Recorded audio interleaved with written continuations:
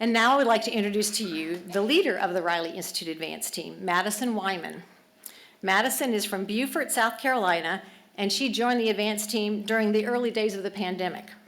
Despite the limited in-person opportunities available that year and into the next year, Madison has always found a way to be engaged in the activities of the team, whether by joining conversations with speakers on Zoom, participating in discussions during our meetings, or helping out at events.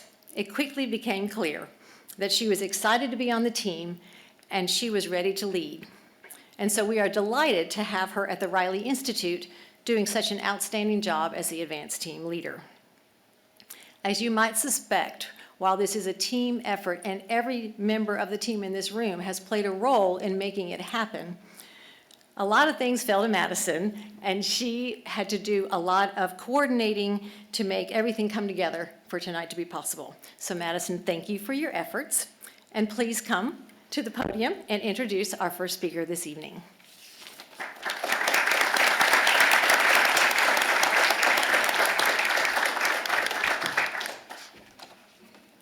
Good evening. Thank you, Jill. As Jill said, I lead my peers on the Advance team, a job that challenges me but is very rewarding. This past spring, we decided on the topic of gentrification for the Advance team event. While this is an issue receiving attention all around the country, we decided we wanted to focus specifically on Greenville. Over the past decade, Greenville has become a hub of growth, a vibrant food scene, an innovative business sector, and an expanding housing market. As Greenville has continued to grow, however, so has gentrification. Greenville is called home by people of varying races, ethnicities, and backgrounds, and gentrification has altered some of these communities, forcing some residents from places they have known for decades. However, as we think about how to balance positive growth and potentially destructive forces of gentrification, we realize there are no easy answers. Certainly, we as Furman students benefit and enjoy the beautiful downtown Greenville, the shopping, restaurants, and festivities that take place there. Still, we recognize everyone does not benefit from these changes, and so we thought it was important to take a look about what is happening in Greenville and what we might do differently going forward to allow a more inclusive growth. While we don't have the answers, we want to propose there are 3 key issues for the city to seek to address: socioeconomic factors, accessibility to housing, and a plan to make Greenville more inclusive for all. Recently, I had the opportunity to attend the Post and Courier's Boom and Balance panel that explored the challenges ahead and solutions being tested as rapid population growth and development continue to outpace expectations and reshape Greenville. Our first speaker tonight, Tina Belgi, was one of the speakers at the event, and as I listened to her speak passionately about the topic, I knew she would contribute greatly to our Advance team event. I am delighted to introduce you to her. Tina Belgi serves as the Director of Advocacy and Community Engagement at the Greenville Housing Fund. Tina advocates for policy change and fostering community engagement around affordable housing and removing barriers to increase commitment to these scarce resources. She also oversees the Greenville Affording Housing Coalition, Greenville Housing's Fund collective impact group focused on cutting the city and county affordable housing needs in half over the next 10 years. Tina will set the stage for our conversation this evening with a brief presentation on the history of gentrification in Greenville. Following this presentation, the director of Furman's Center for Applied Sustainability Research, Mike Winiski, will moderate a candid conversation with Tina, Greenville Mayor Knox White, and Alan Mitchell, the president of Nicholtown Neighborhood Association, who will also start his term on Greenville County Council this January. I want to thank the entire Advance team for your hard work you have put in to make this event happen. And thank you to Jill Fusen, Kendall Gallagher, Katie Quine, and Nicole Grant, and the entire Riley staff for your support. The Advance team couldn't do what it does without you all. Please join me in giving a warm welcome to Tina.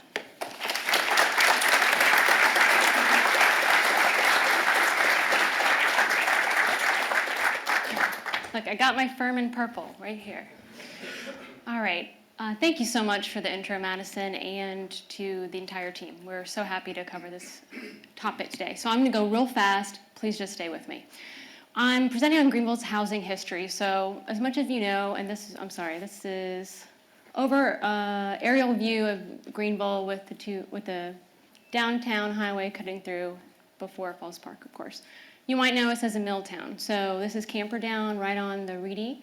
And that really lends to what our housing used to be like and continues a trend. Even in the county, on the Judson side, this is actually a postcard that went out to folks to attract them to come work at the plant. You can see the density right off the bat of what we have in Greenville historically. This is important because the Mountain View area, and I see Reverend Mills here, thank you for coming.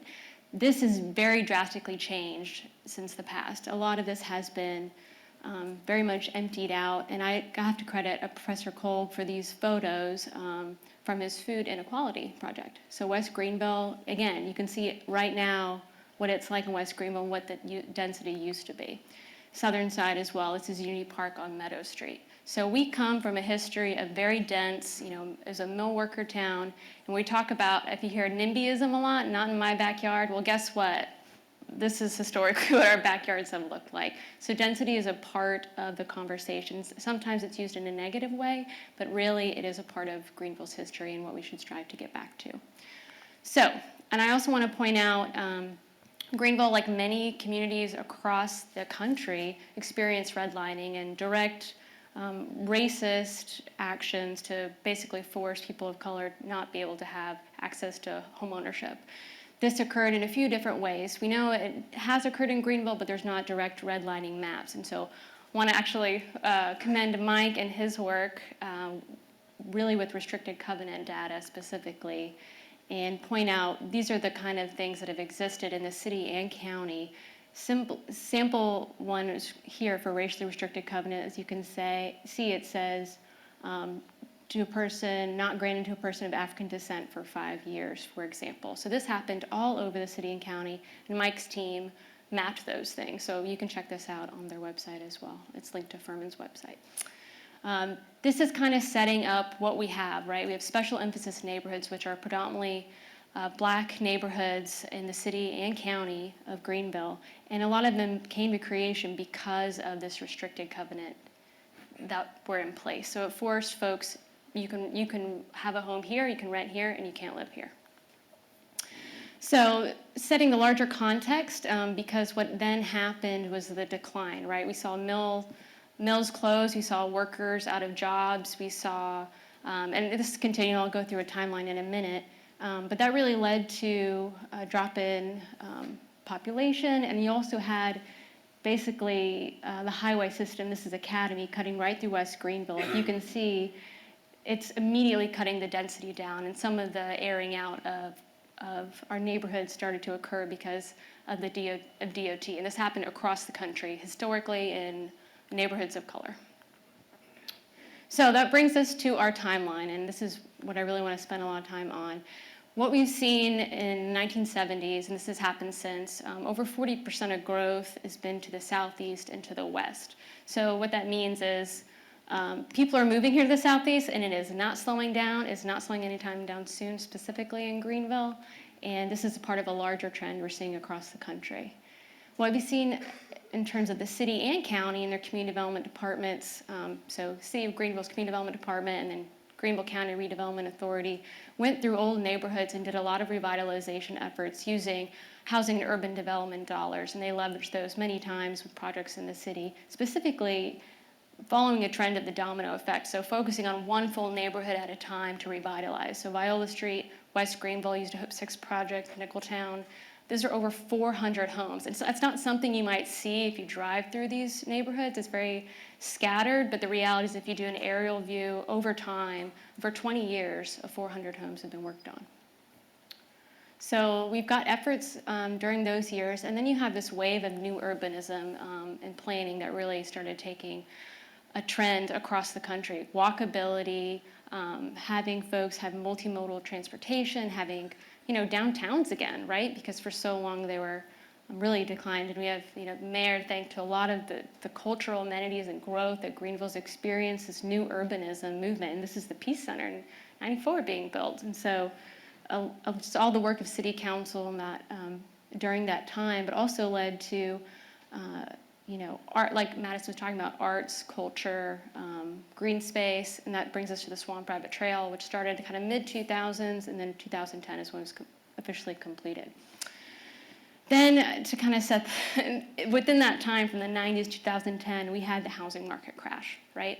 And so this set us up for the housing bubble pop, and basically, if anybody was going to go into an area and decide to buy property, this was a perfect time to do it. It was happening all across Greenville.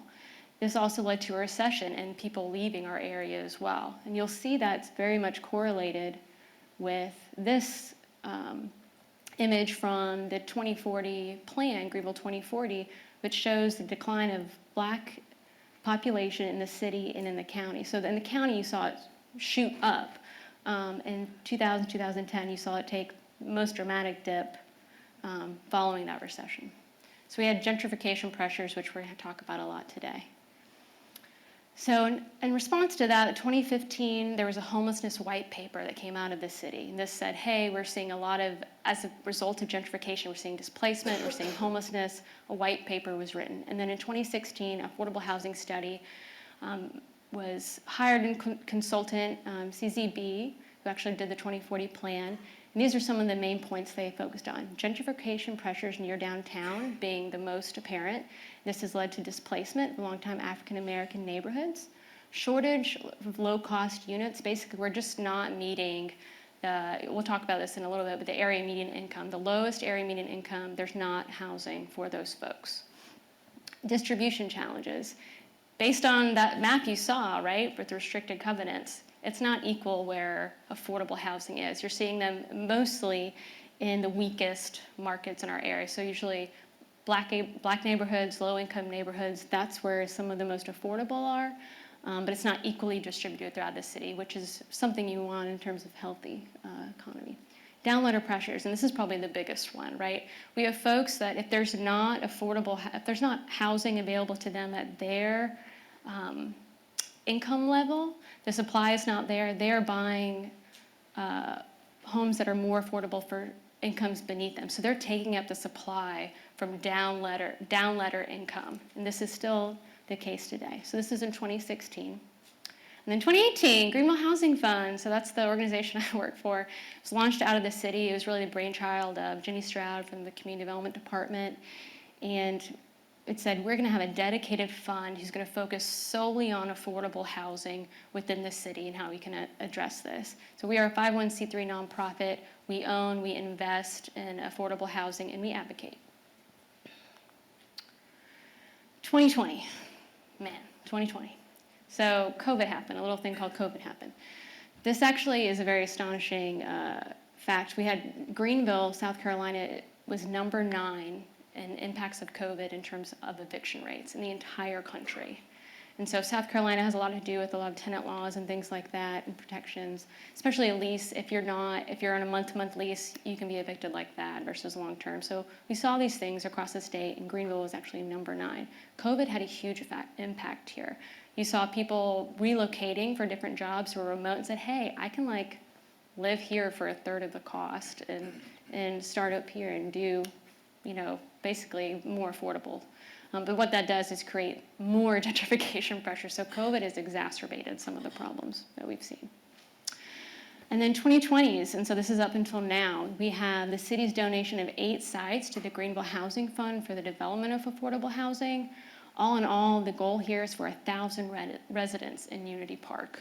So this was, foresight from the city to hold this land and say, can we keep it and put it towards affordable housing?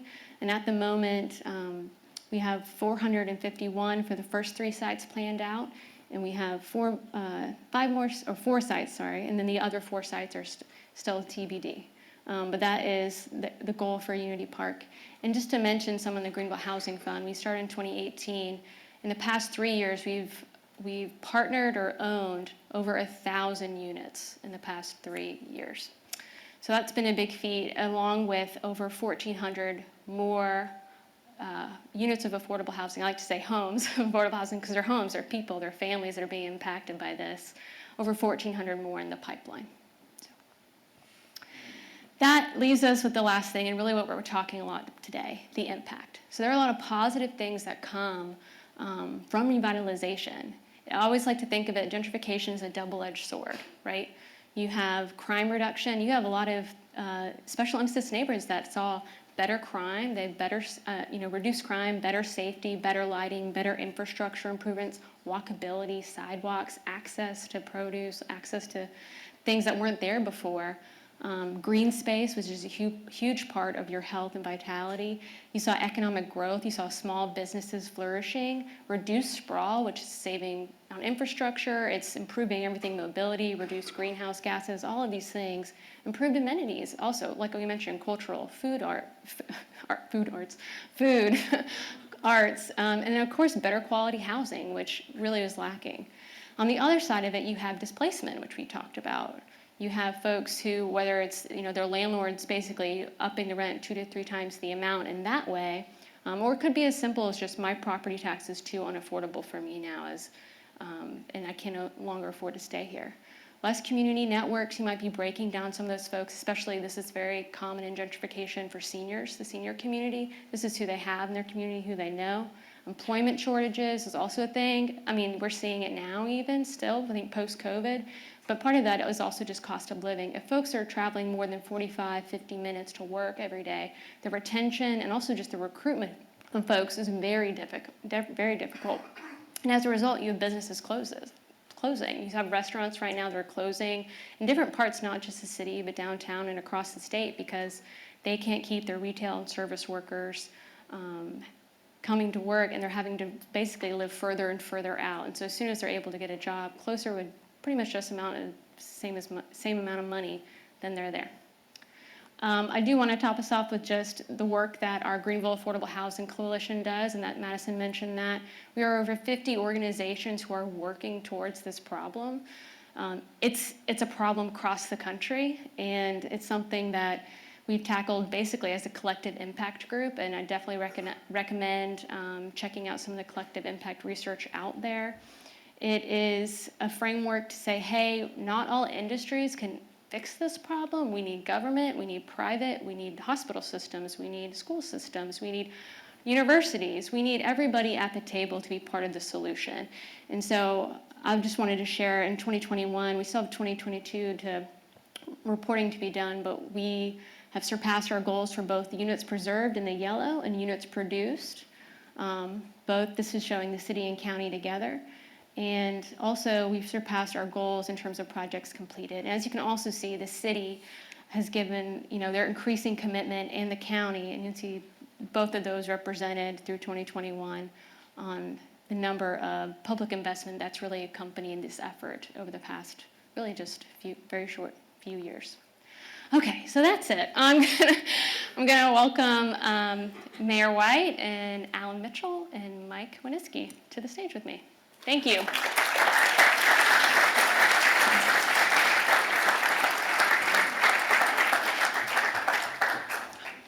Thank you.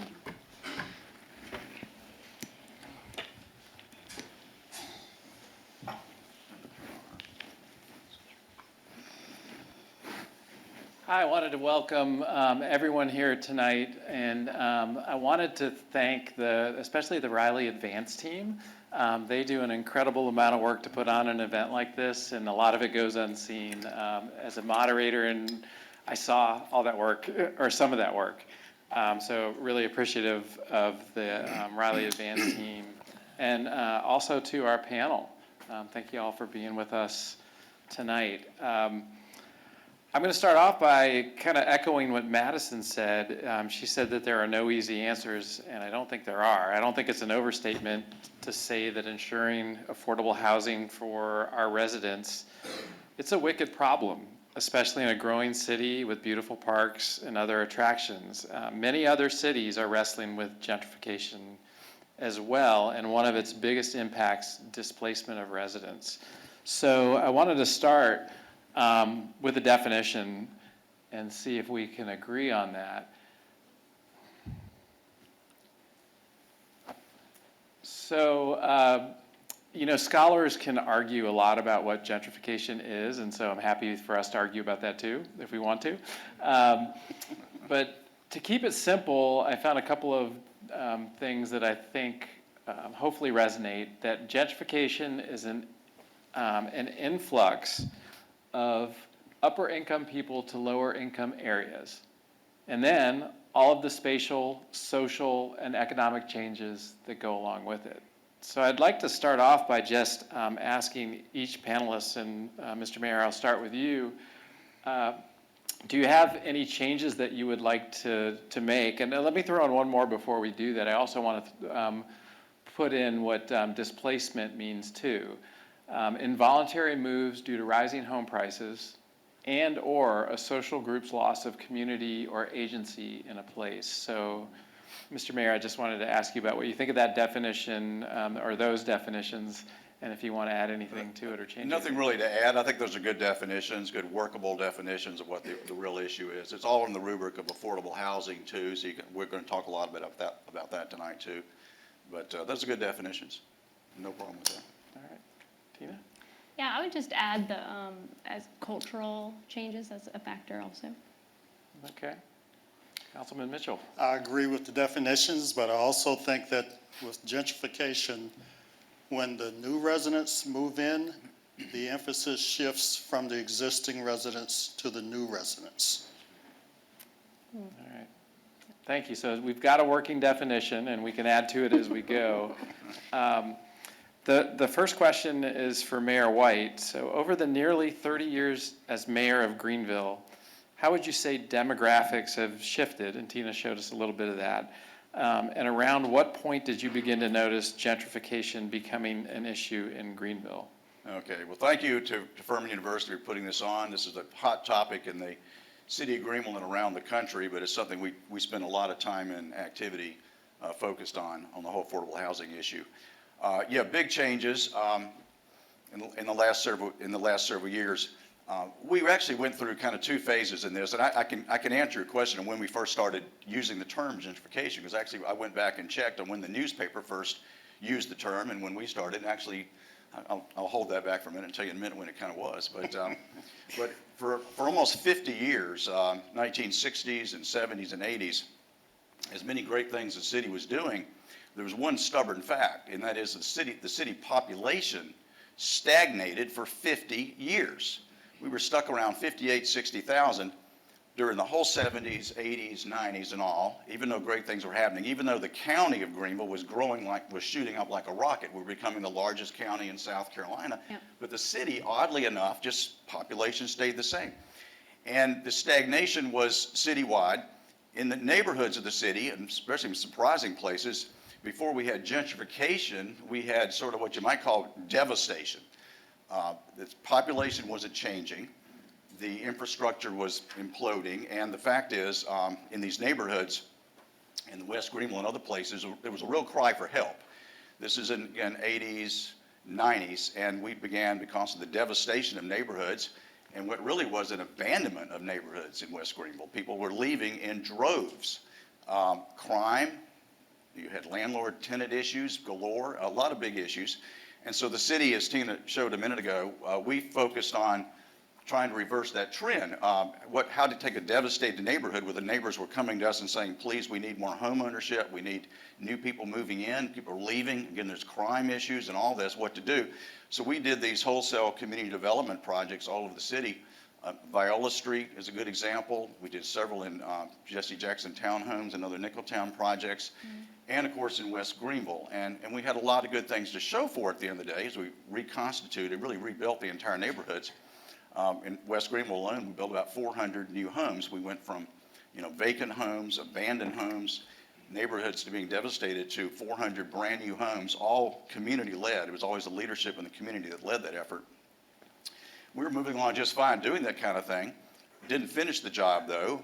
And then along about 2010, and sure enough, that's about the time the city population, after 50 years of stagnation, went like that. And we haven't looked back ever since. About that same time, when the new population is coming into the city, we began noticing something different. We had these neighborhoods that were once devastated. Many of them are in better shape now, but certain sections were not stabilized. Certain sections were still, the job had not been done. And that's where this new population came in, and we began to talk about gentrification. New people coming in, looking for opportunities in the city to live somewhere in the city of Greenville for the first time.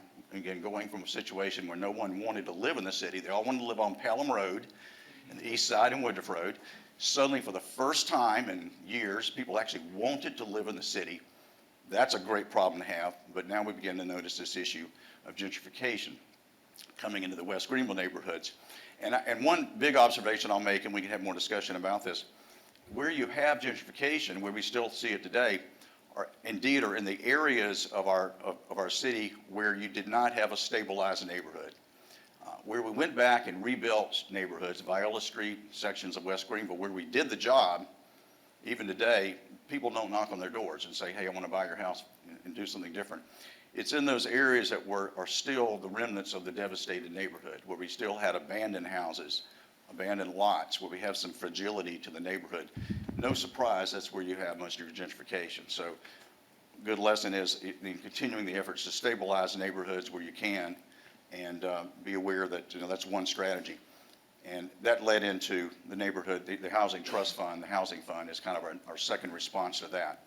So we went from community development, building new neighborhoods, to really bringing in the big guns, when that's what she described, the Housing Trust Fund, which is our effort to do more than just stabilize the neighborhoods, but actually build bigger numbers of affordable housing in the city to stabilize those areas. So it's kind of a two-phase process. Thank you. Tina, this next question is for you, and I know we've talked about the book, The Affordable City, and housing and gentrification are such complex systems that I needed something that was simpler, at least when it came to the remedies. And I know you have some issues with some of the things in the book, but we agree that this is kind of a good framing to talk about ways to address gentrification and housing. One is through the supply. How many houses do we have? How many existing houses can we keep in play? Stability is another. How do we make sure that residents are able to stay in the homes and rental properties that they call home? And the last is subsidy. How do we augment the system?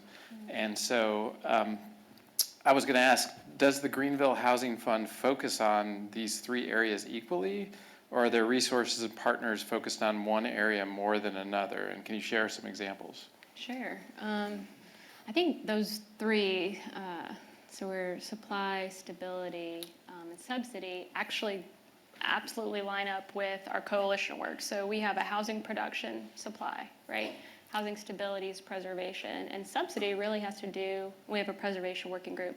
Subsidy really has to do with our housing tools group, which is policy advocacy, getting more investment, so more subsidy, because it's a moving target. It's something that we need more subsidy of basically every day. So I would say in that way we're focused equally through our coalition work. Supply is something, and that's why I have a little qualm with the book. I definitely think read it. It's a great first approach to affordable housing, which is such a complex issue. And largely supply is, as you saw, the downwater pressures. If we had better supply, you wouldn't have that problem, right?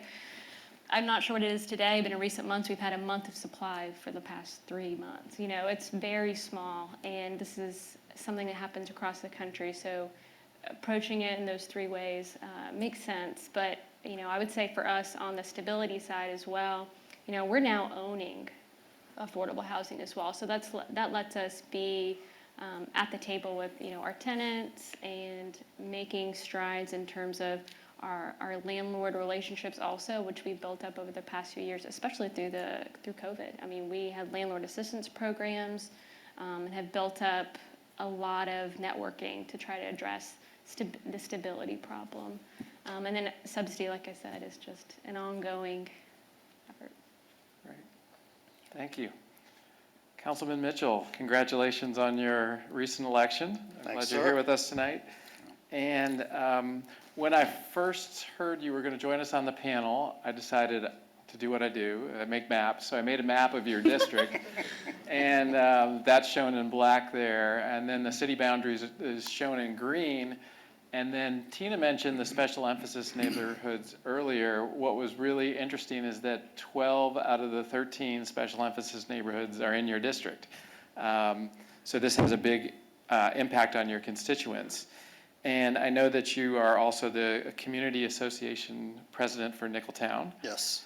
And I was wondering if you could tell us, can you describe how your district and Nicholtown in particular, how has they and it changed over recent decades? Okay. Many years ago, Nicholtown used to be an area that had large properties. Just about every house was a single-family house with a lot of land. And you also had some apartments and you had some public housing. But the emphasis was on the home ownership and the individual living in the home. That has transitioned now to where we have smaller lots. And I can't really figure out how we got all of these smaller lots yet, but I'm working on it. Because whenever we had the larger lot and someone wanted to make a transition, they said, no, you can't split the lot, or no, that lot is too small, it's not buildable. But now we have very large homes coming in on very small tracts of land.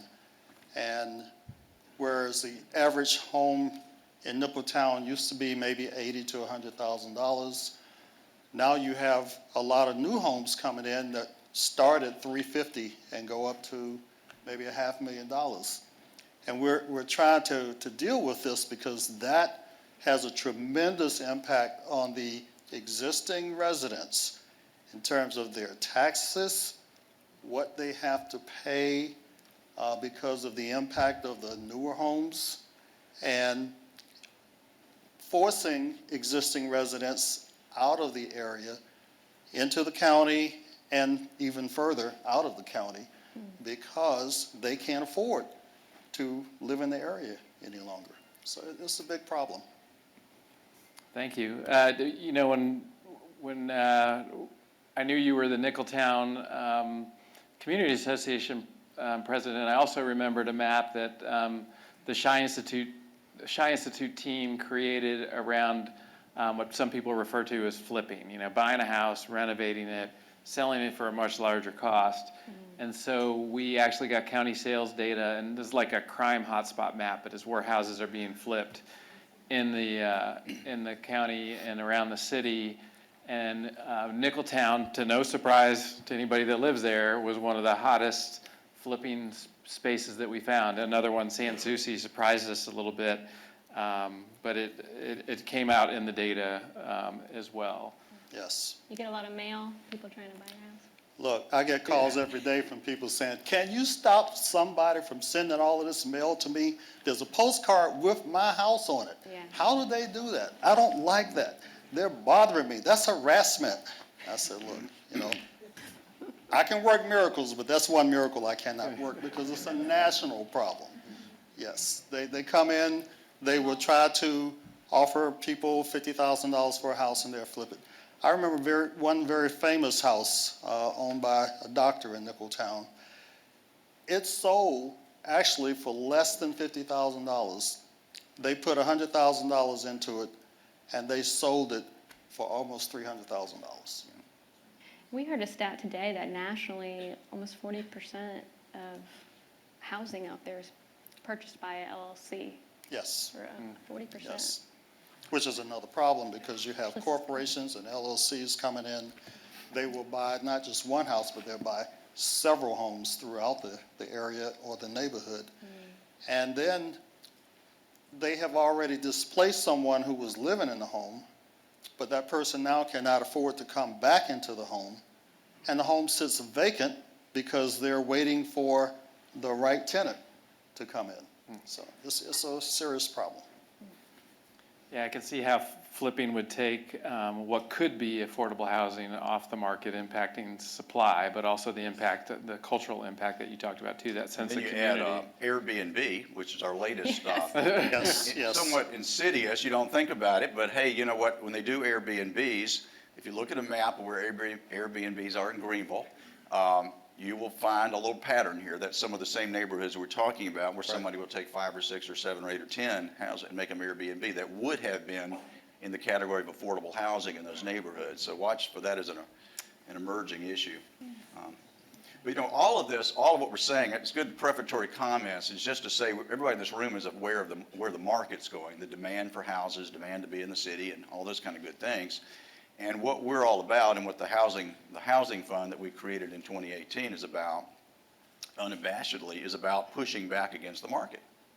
We're trying to shape things in a different sort of way, and some people may say that's impossible to do it, but there are strategies to do it. And I always say that in terms of Greenville, South Carolina, if you look at how we redeveloped downtown Greenville, we reshaped the market. We did a lot of things that were counter to the normal market, if you will. It was counter to the market for people to live in downtown Greenville back in the 80s and 90s. I mean, no one wanted to live there, but we did a number of strategic things to encourage people to build condos, to build apartments in downtown Greenville when the market didn't seem to be there. Yet we found ways to get it done. And we're kind of doing the same thing now on a much, much bigger scale. We're, again, unabashedly trying to push against this great wave, if you will. And we're doing it with a trust fund through a number of strategies, and one of them is land banking. We're taking areas that if left to if nature took its course, would be unaffordable housing and apartments and condos, which is neighboring property is, but we're taking properties off the market, if you will. And That's right. by buying properties and making sure on those properties we have affordable housing, it's kind of like we're creating beachheads, if you will, in the middle of other things happening where we still have affordable housing. And when these LLCs have moved in, specifically since COVID, quite a lot amount, we've gone and preserved multiple multifamily properties and said, hey, let's preserve these before they hit the market and retain that affordability. So we've been doing some very unique things. But It's always a matter of whether we could, how much, the kind of resources we have to do more of that kind of thing. But it can be done. And look at other cities around the country that struggle with this. I find in so many places they're not doing that. They're not making a serious effort. And then the latest one that's kind of come up, we're land banking around Unity Park. As you mentioned, we took about 9 or 10 acres of land, property that's worth around $10 million. We took that off the market and didn't sell it for $10 million. Instead, we gave it to the housing fund. But the one that's kind of the biggest surprise to me right now that I want to talk about, I hope we can have some discussion, is inclusionary zoning. It's called that around the country, but by state law, we can't actually do that. That simply means that when you have a market, if you have an apartment complex or a condo project, and it's market-based, in some states in this country, you can actually require the developer to set aside 10% or 20% for affordable housing. Can't do that in South Carolina. Well, we found a way to do it. And to my surprise, it's been more successful than we thought a couple of years ago. In downtown Greenville, which I would have thought, again, we were when we first started the Housing Trust Fund, we kind of said, well, downtown, that's the cows out of the barn. We'll focus on other places. Well, lo and behold, we have developers who come to downtown Greenville from Miami, New York, Chicago, and they're building projects, and they come from cities where, guess what? By law, they have to have affordable housing in their projects. Might have $800,000 condos or apartments at high cost, but they have to do affordable housing. And they actually started coming to us. There's one in particular who showed up, and he said, and you want me to do, what, 10% affordable, 20%? And we were like, well, yeah. At least. And then he found out to his surprise, it's not required in South Carolina. But in many of these cases, and I would tell you most cases, the developers want something from us. They want parking garage opportunities. They want some sewer work. We have that come up a lot. So what we've done on the city is we've caught on this. We said, okay, if you ask for something from the city, we will be helpful. Our tradition of public-private partnerships will be helpful to build those sidewalks, help that with that parking. But you have to provide 10 or 20% affordable housing. And I'm telling you, that is a big surprise. 10 years ago, 8 or 9 years ago, we didn't see that coming. But we're seeing more success in that than I thought we would. But that's a very hopeful sign that we can do that over and over and over again. yeah, that helps transition to the next question, which I think is related to the inclusionary zoning, is just how do you define affordable housing? So it's complicated, but typically, and I think the way we're doing it now is we will identify what is the area median income. In this case, it's our county or it's our city. What is the median household income in a place? And again, I needed a graphic to help me with this one. So this is how income is distributed in Greenville County, according to the latest ACS census data. So that shows how income is distributed, that 0 to 20K is 0 to 20,000 and so on. And it shows you the percentage of people in each bracket that are making that in Greenville County. And then you can see that there's a vast disparity. This is I'm using the city as the area in this case. So the city median income, household income is $58,000. The median for white households within the city limits is $74,000. And then the median black household income is around almost $28,000. So it's almost a 3-to-1. It's a 2.8 to 1 difference between white and black incomes. And so when we define affordable housing as a percentage of AMI, either 30%, 60%, I just kind of went for the middle range and said, all right, what if we identify with that gray box 40 to 80% AMI, which if you look at that income distribution, that target is being pulled to the higher income, if that makes sense. So the question is given this situation that I just described, is this criteria that we have to define affordable housing by percentage of AMI, are there things that we can do to it to make it more equitable, or is it equitable? What are the means to do that? And I'll open that to the panel. You want me? Yeah, I think it's complicated for sure, because there are neighborhoods that are no longer, their census tracts no longer have low income majority. There's quite a lot of data that makes AMI not the best, but as far as how we coalition-wide and how every affordable housing, well, even not affordable housing, how every developer plans and develops affordable housing urban development sets the standard. And so we're all speaking the same language. We're all going off the same measurements. Otherwise, it'd be very hard to track any progress or how we're doing in solving or addressing this problem. It's not a perfect one, but it's one, unfortunately, that is used nationally. But we have seen, though, a change in attitude, I think, on all of us' part, that when we started down this road, we were looking at AMIs of 80% of AMI, for example, and I think what we've pretty much moved toward is we're not even thinking of 80% even meeting the definition of affordable housing. Yeah. We're almost starting more at 60%. And thanks to the county council just recently, he's joining at a good time, we're going to be looking at 30% AMI in many of the new projects, and that's really significant. So it doesn't really completely speak to what you're talking about, but I think it's an acknowledgement that is kind of an artificial standard set by the federal government that we still work with. But you just can't say, oh, we have affordable housing. Oh, by the way, it's 80% of AMI, because if you do the math on that, that's not very affordable, really. Mm-hmm. So we're moving back towards 60%, even down to 30%, which is a healthy thing to be with, I think, at this point. Yes. I would agree, because when you deal with the AMI and you realize what the actual incomes are, then it's not fair, because the people who need it the most are the ones who are not receiving the benefit. So one of the things that I've been looking at is not just looking to see what we can make affordable, but how we can make it affordable. And we were working on a project in Nicholtown where we did some creative kinds of things with builders and the management companies and the banks and the state. And we were going to come up with new kinds of material to use so we can make the project actually less expensive. And it worked out. But then the state changed the rules on us.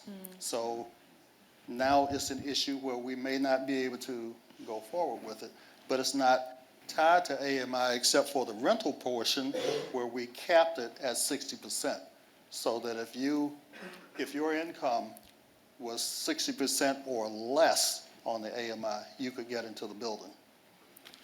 What's great, there's been a lot of changes in income averaging too. So we used to have a project for LIHTC at 50 and 60% area mean income. If you want to go deeper, now you can. If you Yeah. say, hey, I'm going to balance out, to your point, 20 and 70, 20% AMI unit and reach some of the deepest affordability to address what we're talking about in equity, Drive it then down. you could have a 70% unit to balance that out. And so as long as it's averaging, that's been a big change for our state as well. We're really in the weeds of this stuff. Yeah, I'm sorry. Yeah. And I wish we had For more hours time. about AMIs, but now you know something new. Back, Mike. There are a lot of weeds that I'm getting the signal that we need to take questions from the audience and. Great. But these guys, the housing fund, the other part, talking about getting housing prices down, they're real talent. It's not talking about AMIs and all that. They're real talent. I see Brian Brown out there and members of the board is being able to take a dollar and somehow through magic that some things I don't even want to know about, they come out with $10 14. or 14. 14, there you go. And the bankers in Greenville, I'll say this, I'm going to shout out for the banking financial community in Greenville. I mean, every major bank in this town is on board. I mean, I wish y'all knew the stories of, and some communities that is just not the case, but in this community, thanks to Tina and Brian and whatever voodoo they pull out when they meet with these bankers, they've got everybody on board doing their part on trying to address affordable housing and signing up and turning those $1 into $10, $14 is quite remarkable. Thank you, Mayor. Yeah. I think we'll take questions from, I think we're going to start with the students and seeing if we have any questions for the panelists from the students.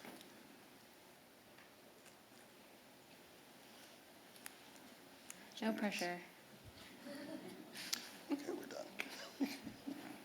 Who claims to be a student? Yeah, okay. This one. I'm not a part of the Riley Institute myself, but I'm a student. I have a mic for you. Oh, well, that makes it a little bit easier.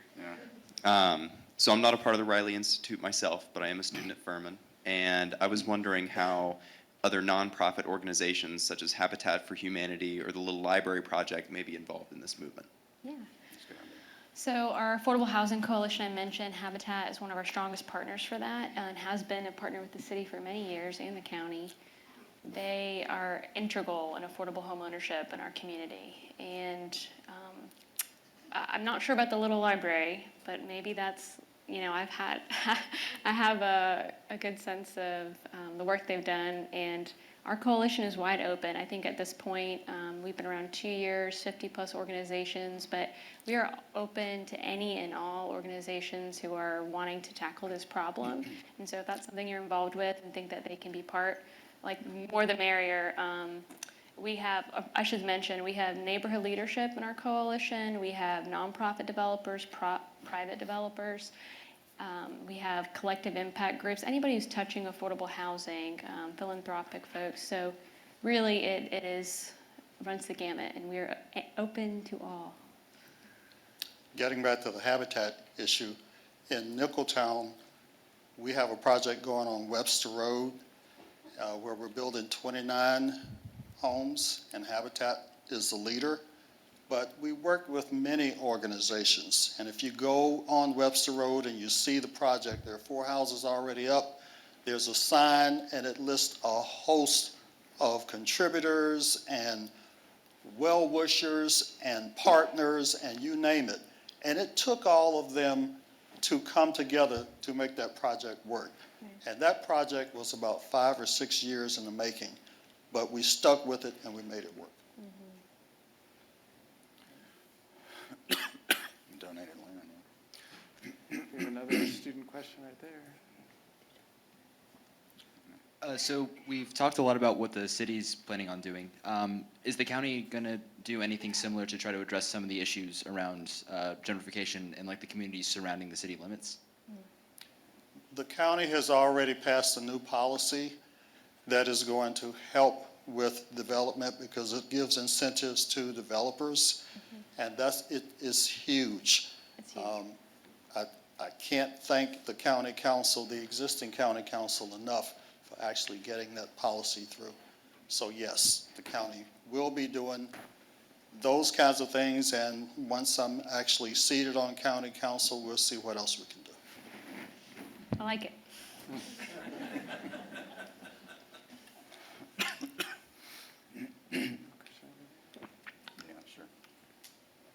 Hands over there. Hands over there.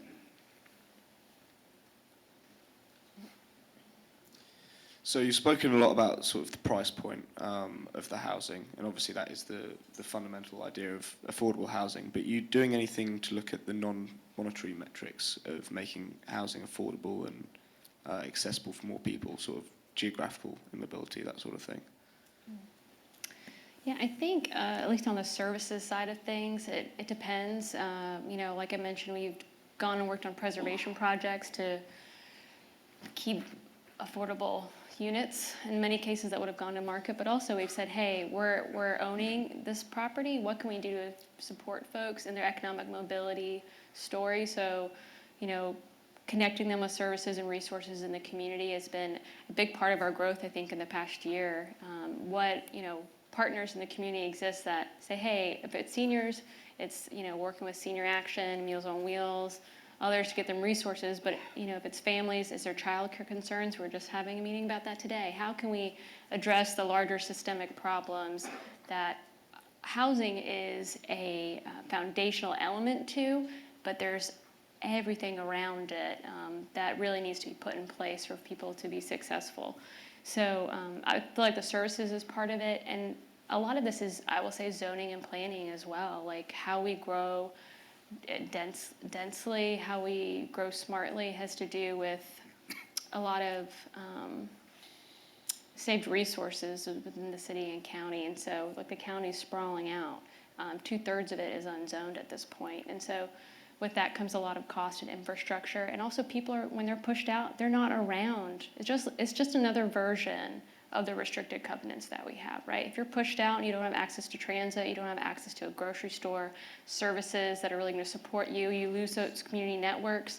I mean, it is a downward hill from that, and so we're working on the zoning and planning side with the city and county to help address those and making sure that those address affordable housing, make it easier, reduce those barriers, and keep things smartly growing. Question on the aisle there.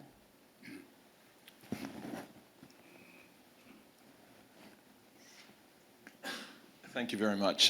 This is perfect because the young man asked a great question, is where do we take the real estate and connect it with infrastructure? I teach classes on infrastructure and culture over at Clemson, and we're constantly talking about food deserts. We're talking about the availability of public transportation, and of course the paradox of public transportation, because often that is a engine of gentrification. So I think maybe this is to the left side of the panel. Mr. Mayor, what kind of investments in infrastructure, particularly affordable transit, is part of this mix? Well, again, I can give some extra kudos here again to the county. In the last several years, it used to be the city had been traditionally very supportive of public transportation in terms of investment dollars every year. The county, not so much, but that has changed pretty radically. The county's gone from a couple $100,000 a year to over $1 million a year for our transportation system. And so that's very encouraging, and partnered with us on a lot of things.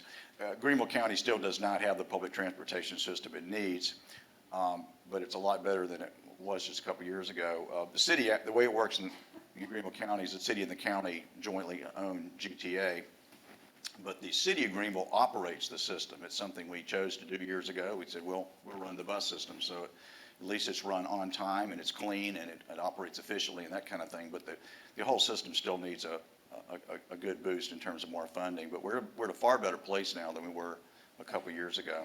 And I think that's because, I think the reality, I don't think it's because people suddenly woke up in big numbers and said, oh my goodness, public transportation is a nice thing to have and important to have, et cetera. I think it really happened when some of the larger businesses in this community really spoke out on the topic, especially to the county, down in SC TAC in particular, that area down there where we have large employers, and then some other nodes around the county where they simply, their employees couldn't get to work. I mean, it became that situation. And that may be the best way to speak to Greenville County if you want to kind of address this issue. not so much the issue you were just talking about, but in getting people to jobs seems to be the best angle to enhance our system here, in my opinion. We have time for one more question. Yeah, right there. Right there. Hi. You talk about affordable housing. I wanted to find out, is there any restrictions on who can buy affordable housing? Because in my experiences, just watching downtown in the last few years, is they're affordable and people move in, and 2 or 3 years, they're selling for what was 100,000 now 300,000. So it makes the housing no more affordable. So are there any restrictions in place with affordable to keep them affordable? You want to, yeah. It depends what you're talking about, right? So it's project to project. Most have, if there any kind of subsidy or any kind of funding have gone into it, it's got a deed restriction on it. And so there should be an affordability period that is on that home. If you're talking, it sounds like you're talking about people selling. So that's what makes me think of that. It might be just naturally occurring affordable housing, like, oh, this house was, like you're saying, we start out $70,000, $80,000. Right. Nickeltown up to like $350,000, $500,000. So it might just be the market influences. If it's rental, it has to be monitored on an annual basis. We have to be checking income every year and saying, hey, you know, are you still at 30%, 50% area median income? And, you know, any adjustments are made if people have gone up or things like that. But if, in terms of selling what you're talking about, if there's any subsidy, whether, you know, it's happening through community development department or HUD monies at all, it would have a restricted covenant. Yeah. Not a racially restricted covenant, a affordability covenant. Not like that one. Was that the last question? Can I make another comment, or is that the last question? We still in Q&A? I think we're going to need to wrap up here. And Oh. Yeah, with a final comment. Thank you, Jackie. Close this out. Yeah, just kind of I just want to wrap up with it. I mentioned a minute ago, kind of new frontier, things we know now that we didn't know 5 years ago, things we didn't know 10 years ago. And there's a lot. New strategies. What the great thing about Greenville is a community that never sticks its head in the sand. We don't put our head in the sand, oh, we're not having that problem.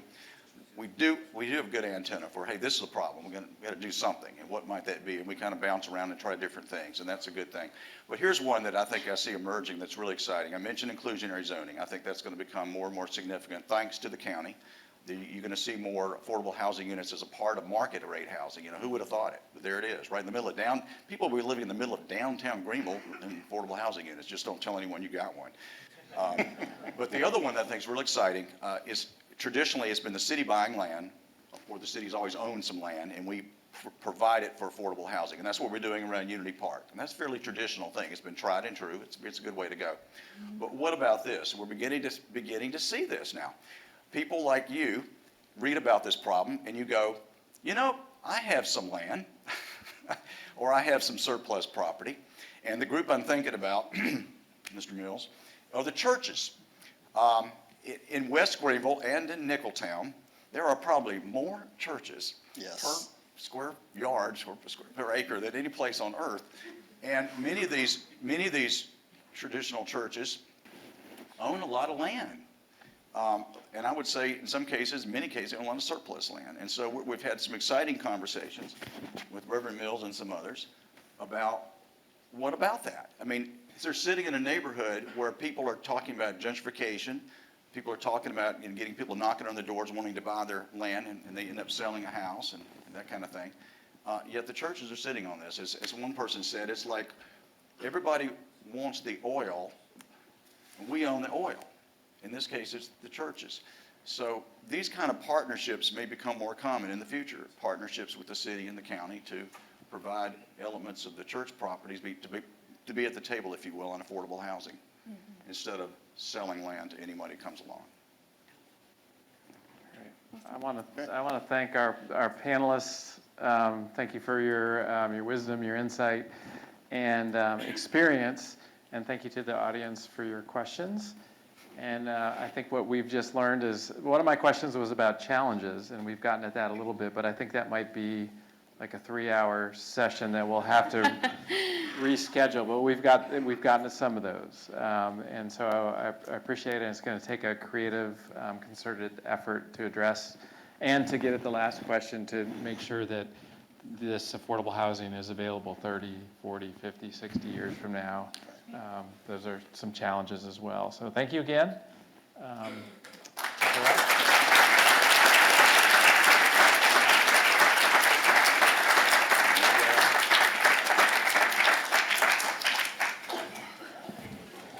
Great job.